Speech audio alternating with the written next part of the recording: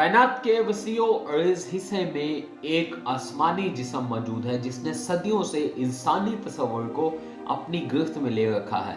हमारा अपना चांद, जिसको बहुत सारे नामों से पुकारा जाता है और हम अक्सर उसे चंदा मामा भी कहते हैं। 20 जुलाई 1969 को इंसानी मुशाहदे का एक शानदार कारनामा सरअंजाम हुआ, जिस वक्त इंसान ने अपना पहला कदम चांद पर रखा। बहुत दूर नहीं, मुस्तकबिल में इंसान ने अपनी अगली सरहद यानी चांद पर बस्ती कायम करने का सोचा हुआ है। चांद पर रहने की मुहिम का आगाज हो चुका है। वहां पे जिंदगी के ट्रेसेस ढूंढने की कोशिश की जा रही है कि किसी न किसी तरीके से वहां पर रहा जाए। आज हम बात करेंगे चंद्रयान 3 की कहानी। इंडिया की जानिब से रवाना किए जाने वाला चंद्रयान 3 चांद की सतह पर बाहिफाजत पहुंच गया है।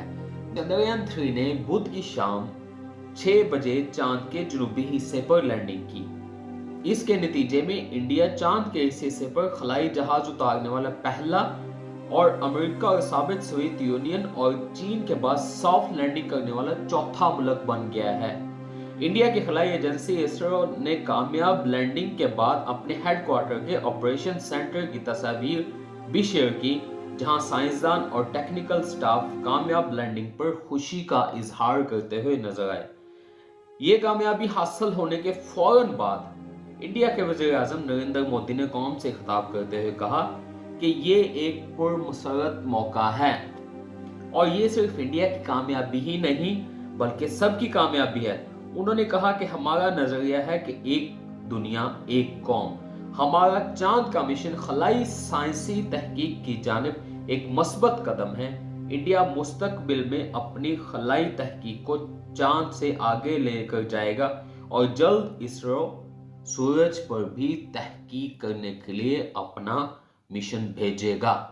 नरेंद्र मोदी ने मजीद इसरो को अप्रिशिएट करते हुए उनको सराहते हुए कहा है कि आज आप सब की मेहनत से हम उस मकाम पर पहुंचे हैं जहां आज तक दुनिया का कोई मुल्क नहीं पहुंच सका। ये मिशन दीगर ममालिक के खलाई मिशंस की भी मदद करेगा। ये दिन हमें एक रोशन मुस्तकबिल की जानिब लेके जाने वाला है। अब बात करते हैं कि चंद्रयान 3 रवाना कब हुआ था और इसका मिशन क्या है, इसका मकसद क्या है। चंद्रयान 3 का खलाई मिशन 14 जुलाई को इंडिया की जनूबी रियासत आंध्र प्रदेश से शुरू हुआ और 40 दिन के तवील सफर के बाद ये आज चांद के जनूबी कुतब पर उतरा है। इस खलाई जहाज ने चांद के मदार में दाखिल होने से पहले तकरीबन 10 दिन जमीन के गिर्द चक्कर लगाए, जिसके बाद ये पहले ट्रांसलूनर और फिर 5 अगस्त को चांद के मदार में दाखिल होने में कामयाब हुआ था। 17 अगस्त को इस मिशन का आखिरी मरहला शुरू हुआ था जब लैंडर प्रोपल्शन मॉड्यूल से अलग हुआ, जो बाद में उसे चांद के करीब ले गया था। कामयाब लैंडिंग के बाद इस खलाई मिशन से 6 पहियों वाली एक गाड़ी चांद की सतह पर उतरेगी और वहां मौजूद चट्टानों और गढ़ों के गिर्द घूमेगी। उस दौरान वो जमा किए जाने वाले अहम डाटा और तस्वीर को वापस जमीन पर तज्जिए के लिए भेजेगी। चांद की सतह पर उतरने वाली ये गाड़ी ऐसे आलात लेकर जा रही है जो चांद की सतह की खसूसियात, सतह के करीब माहौल और सतह के नीचे क्या हो रहा है जैसे मामलात का मुताला करने के लिए टेक्टोनिक एक्टिविटी के बारे में मालूमात जमा करेगी। चंद्रयान 3 मिशन के बड़े अहदाफ में से एक पानी बनने वाली बर्फ की तलाश है। साइंसदानों का कहना है कि चंद्रयान इस बर्फ की तलाश में कामयाब रहता है तो मुस्तकबिल में चांद पर इंसानों की रहाइश में मदद मिल सकती है। आगे है चंद्रयान 3 चांद पर कहां उतरा और इस जगह का इंतखाब क्यों किया गया। इंडियन साइंसदानों ने अपनी खलाई गाड़ी उतारने के लिए चांद के जिस हिस्से का इंतखाब किया है वो इस सैयारे के कुतुब जनूबी का दूर दराज किया है और मुस्तकिल तौर पर साए में रहने की वजह से इसे चांद का अंधेरे वाला हिस्सा भी कहा जाता है।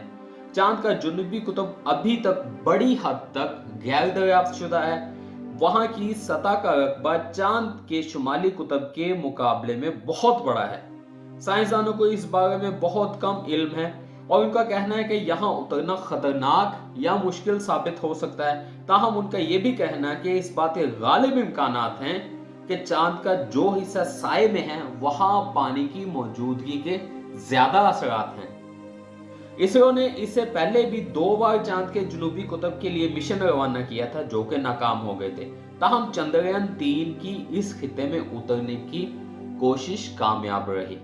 चंद्रयान 3 का कुल वजन 3900 किलोग्राम है और इसकी तैयारी पर 6 अरब रुपए लागत आई, 6 अरब इंडियन रुपीस लागत आई।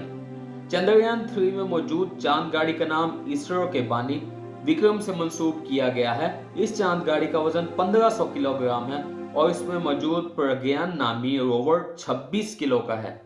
प्रज्ञान संस्कृत का लफ्ज है जिसके मानी दानिशमंदी के हैं। इसके बाद सवाल ये पैदा होता है कि क्या ये इंडिया की पहली चांद गाड़ी है जो चांद पर उतारी गई है। चंद्रयान 3 इंडिया की जानिब से चांद पर तहकीकी गर्ज से भेजा जाने वाला तीसरा खलाई मिशन है। ये तीसरा खलाई मिशन है। पहला चंद्रयान 1 था, फिर चंद्रयान 2 था, अभी ये चंद्रयान 3 है, तीसरा खलाई मिशन है। इससे कबल भेजे जाने वाले 2 मिशन के दौरान हासिल होने वाली मालूमात की रोशनी में तैयार किया गया है। ये इंडिया का तीसरा मिशन है जिसे मुल्क के पहले मून मिशन के 15 साल बाद भेजा गया है। अक्टूबर 2008 में चांद की जानिब इंडिया का पहला मिशन चंद्रयान 1 भेजा गया था जिसने चांद की सतह पर पानी के मॉलिक्यूल्स को दरियाफ्त किया था और ये एक अहम दरियाफ्त थी। वहां पे पानी के मॉलिक्यूल्स को दरियाफ्त किया गया था। उसके बाद क्या है जी, और ये साबित किया कि चांद की सतह पर दिन के वक्त एक माहौल होता है, मतलब एक प्रॉपर माहौल होता है दिन के वक्त। हो सकता है कि वहां पे जिंदगी के असरात हो सके, वहां पे मतलब रहा जा सके। फिर उसके बाद आगे लिखा है कि इंडिया के पहले चांद मिशन की कामयाबी ने इंडिया की खलाई तहकीक को नई कुव्वत बख्शी और उस वक्त के वजीर आजम मनमोहन सिंह ने उसी जमाने में चंद्रयान 2 मिशन की मंजूरी दी थी।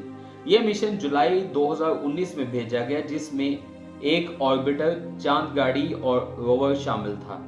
इस मिशन को जुज़वी कामयाबी मिल सकी थी क्योंकि इस मिशन में शामिल ऑर्बिटर आज भी चांद के मदार में मौजूद है। वो आज भी चांद के मदार में घूम रहा ऐसे ऐसे पागलों की तरह, उसको चक्कर आ गया, ठीक है, घूम रहा। अच्छा, फिर उसके बाद क्या कर रहा है जी, वो चांद के मदार में घूम रहा है जो रोजाना की बुनियाद पर चांद की जांच कर रहा है। दूसरी जानब ऑर्बिटर से चांद की सतह के लिए जो लैंडर रवाना किया गया था, चांद की सतह से महज 2 किलोमीटर के फासले पर उसका ऑर्बिटर से राब्ता मुनक़ता हो गया था जिस वजह से वो मिशन फेल हो गया। उसके बाद बात करते हैं जी कि चंद्रयान 3 जो खलाई जहाज है उसके अंदर है क्या, किन किन चीज़ों पे कंसिस्ट करता है वो। उसमें है जी सबसे पहले लैंडर ये है कि इस पर चांद की सतह पर महफूज लैंडिंग और रोवर को वहां तक बाहिफाजत पहुंचाने के लिए मुतअद्दिद सेंसर्स नस्ब हैं। उसके बाद है रोवर क्या काम करता है जी, ये चांद की सतह पर मौजूद मवाद, हरारत के बहाव और जल्जले की सरगर्मी के बारे में मालूमात का तजिया करने के लिए बनाया गया है। दीगर आलात चंद्रयान 3 की सिमत मुतय्यन करने के लिए रोवर के अंदर से ऐसे सॉफ्टवेयर मौजूद हैं जो मिशन के दौरान किसी भी मुमकिन खतरे या खराबी का अंदाजा लगा सकते हैं। अगरचे इंडियन खलाई प्रोग्राम जो है वो चीन के मुकाबले में बहुत छोटा है, लेकिन इंडिया की कोशिश है कि वो इस दौड़ में जरूर शामिल रहे। खला अजीम ताकतों के दरमियान मुकाबले का एक और मैदान जंग बन गया है और इंडिया उभरती हुई नई आलमी खलाई दौड़ में तेजी से मगरबी ताकतों के साथ शराकत कर रहा है।